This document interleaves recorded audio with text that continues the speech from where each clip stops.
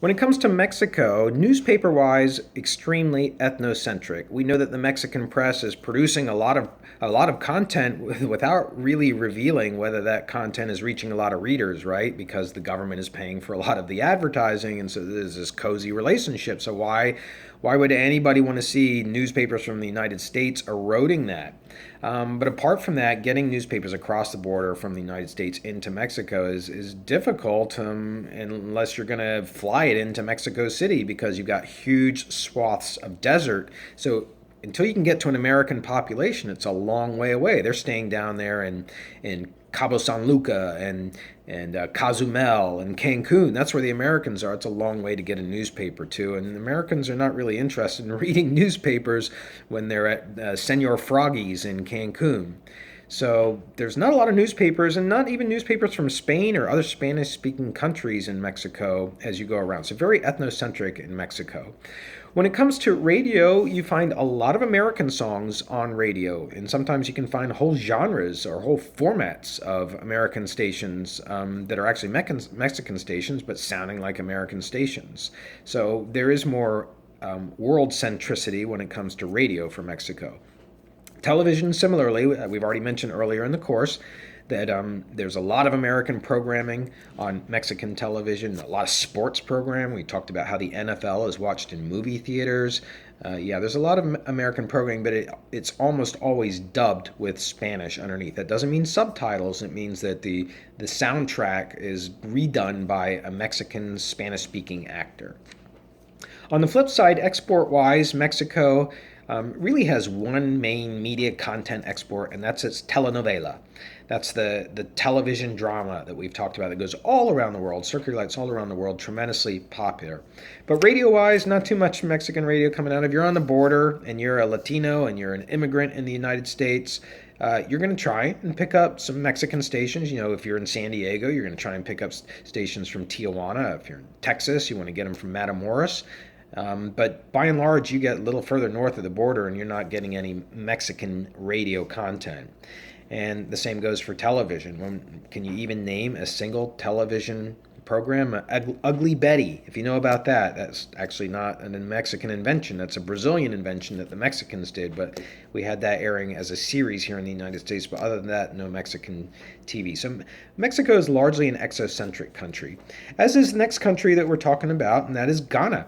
Ghana is a country that is still trying to build its infrastructure. It's surrounded by three French language speaking nations. It has parts of the country that you can't even drive to get a newspaper to. There is no national interstate highway system. If you want to drive from north to south, good luck unless you have a four-wheel drive Range Rover. There just are parts of it that you can't traverse. So imagine that as an environment for distributing media, and you come to the conclusion pretty quickly that you're not going to find a lot of imported media, especially from French-speaking countries, coming into a country where people, by and large, are not going to be spending any extra money on media, entertainment, or news.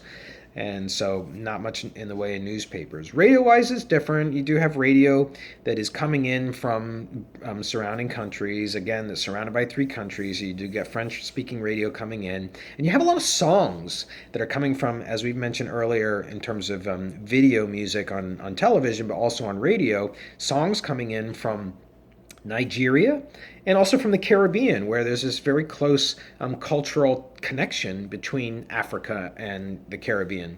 And so you have a lot of reggae music coming in from Jamaica and reggaeton and just all kinds of music from the Caribbean that you can hear in Ghana. So media coming in. Television, similarly, because television is so expensive to produce, it requires teams of people and lots of equipment and really a huge infrastructure and lots of technical expertise.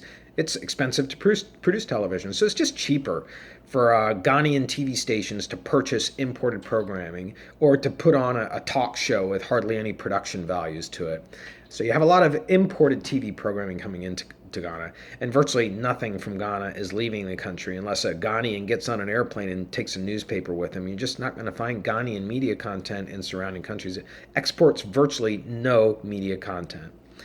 And this is a similar situation for Lebanon, our final country in the book, that tiny country that's been stepped on by so many other countries invading it on their way to other parts of the world. And it's had its own civil, very fractious war in that country for 15 years or so. So Lebanon is a country that's very, very exocentric.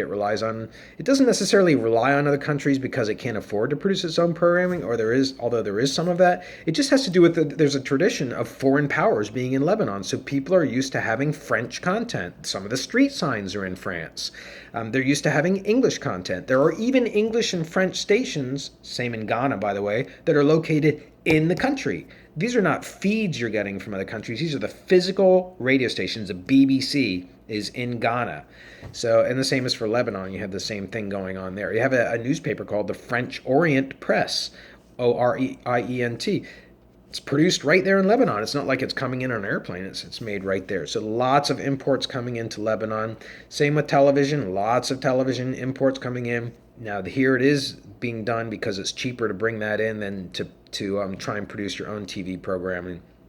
And then radio-wise, since Lebanon is so tiny, only 28 miles or so at its widest point, you have all these countries. You get radio signals from lots of different countries, mostly Arab countries, Middle Eastern countries.